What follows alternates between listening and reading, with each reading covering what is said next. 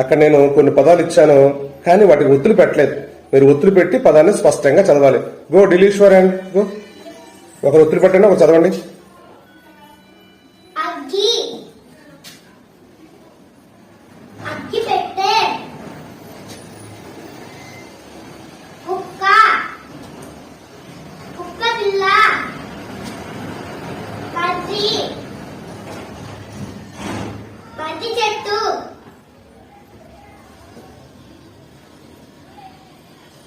చల్లారి పచ్చిక. Very good. నువ్వు మాట్లాడా, నువ్వు పెట్టు.